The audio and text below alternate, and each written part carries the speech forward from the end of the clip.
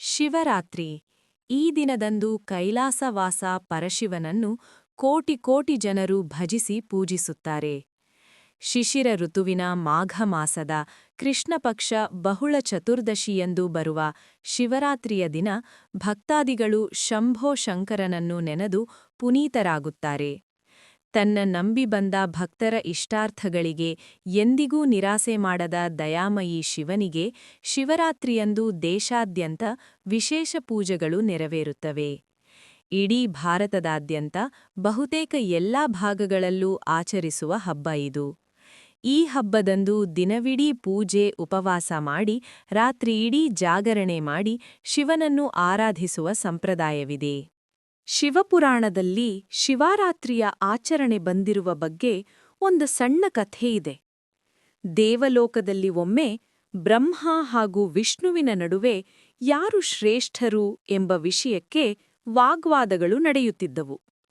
ಮಹಾದೇವತೆಗಳಿಬ್ಬರನ್ನೂ ಸಮಾಧಾನ ಮಾಡುವುದು ದುರ್ಲಭವೆನಿಸಿದಾಗ ದೇವತೆಗಳೆಲ್ಲ ಹೋಗಿ ಪರಶಿವನನ್ನು ಬೇಡಿಕೊಳ್ಳುತ್ತಾರೆ.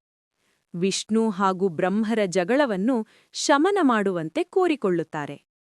ಆಗ ವಿಷ್ಣು ಮತ್ತು ಬ್ರಹ್ಮರ ನಡುವೆ ಶಿವ ಅಗ್ನಿಕಂಭದ ರೂಪದಲ್ಲಿ ಬಂದು ನಿಂತು ತನ್ನ ಮೂಲವನ್ನು ಕಂಡುಹಿಡಿಯಲು ಸೂಚಿಸುತ್ತಾನೆ.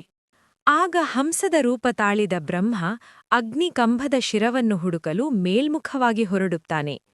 ವಿಷ್ಣು ವರಾಹವತಾರ ತಾಳಿ ಕಂಭದ ತಳವನ್ನು ನೋಡುವುದಕ್ಕಾಗಿ ಪಾತಾಳಕ್ಕಿಳಿಯುತ್ತಾನೆ. ಎಷ್ಟೇ ಮುಂದೆ ಸಾಗಿದರೂ ಬ್ರಹ್ಮ ಹಾಗೂ ವಿಷ್ಣು ಇವರಿಬ್ಬರಿಗೂ ಕಂಭದ ಅಂತ್ಯವೇ ಕಾಣುವುದಿಲ್ಲ. ಅನಂತವಾಗಿರುವ ಶಿವನ ಶಕ್ತಿಯನ್ನು ನೋಡಿದ ವಿಷ್ಣು ಹಾಗೂ ಬ್ರಹ್ಮರಿಗೆ ಸತ್ಯದ ಅರಿವಾಗುತ್ತದೆ. ಆದರೆ ಶಿವನ ಜಡೆಯಿಂದ ಕೆಳಗೆ ಬೀಳುತ್ತಿದ್ದ ಕೇತಕಿ ಪುಷ್ಪದ ಬಳಿ ಬ್ರಹ್ಮ, ನೀನು ಎಲ್ಲಿಂದ ಬೀಳುತ್ತಿದ್ದೀಯಾ ಎಂದು ಪ್ರಶ್ನಿಸುತ್ತಾನೆ. ಆಗ ಆ ಪುಷ್ಪವು, ನಾನು ಅಗ್ನಿಕಂಭದ ಶಿರದಿಂದ ಬೀಳುತ್ತಿದ್ದೇನೆ ಎಂಬ ಉತ್ತರ ನೀಡುತ್ತದೆ. ಆಗ ಬ್ರಹ್ಮ ಶಿವನಲ್ಲಿಗೆ ಬಂದು ಕೇತಕಿ ಪುಪ್ಪವನ್ನು ತೋರಿಸಿ ತಾನು ಅಗ್ನಿಕಂಭದ ಶಿರಭಾಗವನ್ನು ನೋಡಿರುವುದಾಗಿಯೂ ಅಲ್ಲಿಂದಲೇ ಕೇತಕಿ ಪುಷ್ಪವನ್ನು ತಂದಿರುವುದಾಗಿಯೂ ಹೇಳುತ್ತಾನೆ.